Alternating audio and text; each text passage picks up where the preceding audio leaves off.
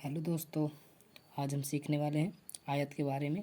ठीक है, तो पहले हम ये जान लेंगे कि आयत किसे कहते हैं, फिर जानेंगे कि आयत का जो सूत्र होता है वो क्या होता है। ठीक है, आइए देखते हैं।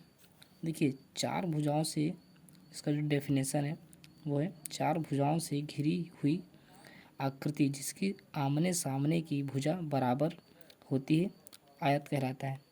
ठीक है, देखिए कोई भी मान लीजिए ये बना हुआ है आपका। ठीक है, ये भुजा है, एक भुजा दो भुजा, ये जो खींची गई है ये भुजाएं हैं। ठीक है, अब चार भुजाओं से बनी है। देखिए एक ये। ठीक है, चार भुजाओं से घिरी हुई जो आकृति होती है उसे क्या कहते हैं, आयत। लेकिन इसमें क्या होता है कि मतलब आमने सामने की भुजा बराबर होगी। जितना बराबर ये होगा तो उतना ही ये होगा। यदि ये 2 सेंटीमीटर है तो ये भी 2 सेंटीमीटर होगा। ठीक है, यदि ये 1 सेंटीमीटर है तो ये भी कितना होगा, 1 सेंटीमीटर होगा। बस समझ आ रही है, मतलब आमने सामने की भुजा बराबर होगी। चार भुजाओं से घिरी होगी और आमने सामने की भुजा बराबर होगी, वो क्या कहलाता है, आयत कहलाता है। ठीक है, तो अब आइए इसका सूत्र देख लेते हैं। तो जो इसका एरिया यानी क्षेत्रफल निकालना होता है उसका सूत्र होता है, पहला होता है आपका आयत का क्षेत्रफल। मान लीजिए आयत का आपको क्षेत्रफल निकालना है। ठीक है, तो इसका होता है लंबाई गुणे चौड़ाई।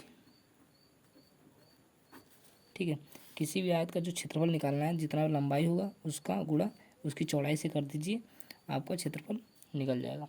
ठीक है, दूसरा होता है आपका आयत का परिमाप। आयत का परिमाप। ठीक है, तो देखिए परिमाप मतलब होता है ये जितनी भुजाएं हैं, तो भुजाएं कितनी हैं, चार भुजाएं हैं, लेकिन इसमें दो लंबाई है और दो चौड़ाई है। देखिए एक ये चौड़ाई और एक ये चौड़ाई, और ये दो लंबाई दो चौड़ाई, तो इसको लिखते हैं 2 गुणे लंबाई प्लस चौड़ाई। ठीक है, तीसरा देखिए, तीसरा है आपका विकर्ण किसे कहते हैं, आयत का विकर्ण। ठीक है, तो लिख देंगे आयत का जब आपको विकर्ण ज्ञात करना हो,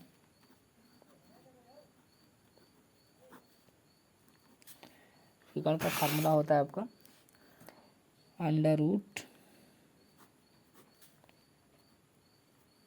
लंबाई का स्क्वायर प्लस चौड़ाई का स्क्वायर। ठीक है, अंडर रूट के अंदर लंबाई का स्क्वायर प्लस चौड़ाई का स्क्वायर। ओके, अब देखिए यदि आपको निकालना है आयत की लंबाई। ठीक है,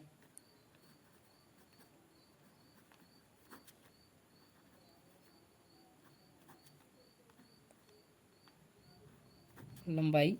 ठीक है, तो फॉर्मूला हो जाएगा क्षेत्रफल, ये क्षेत्रफल है, और बट्टे में आपका हो जाएगा चौड़ाई। ओके, और यदि चौड़ाई निकालना है तो सेम वही आप लिखेंगे, आयत का चौड़ाई, इसका आपका हो जाएगा ये क्षेत्रफल, और बट्टे में चौड़ाई की जगह लंबाई हो जाएगा। ठीक है, देखिए जब लंबाई निकालना है तो आप यहाँ चौड़ाई लिख देंगे, और जब चौड़ाई निकालना होगा तो यहाँ लंबाई लिख देंगे। ओके, ये आपके 5 सूत्र बन गए।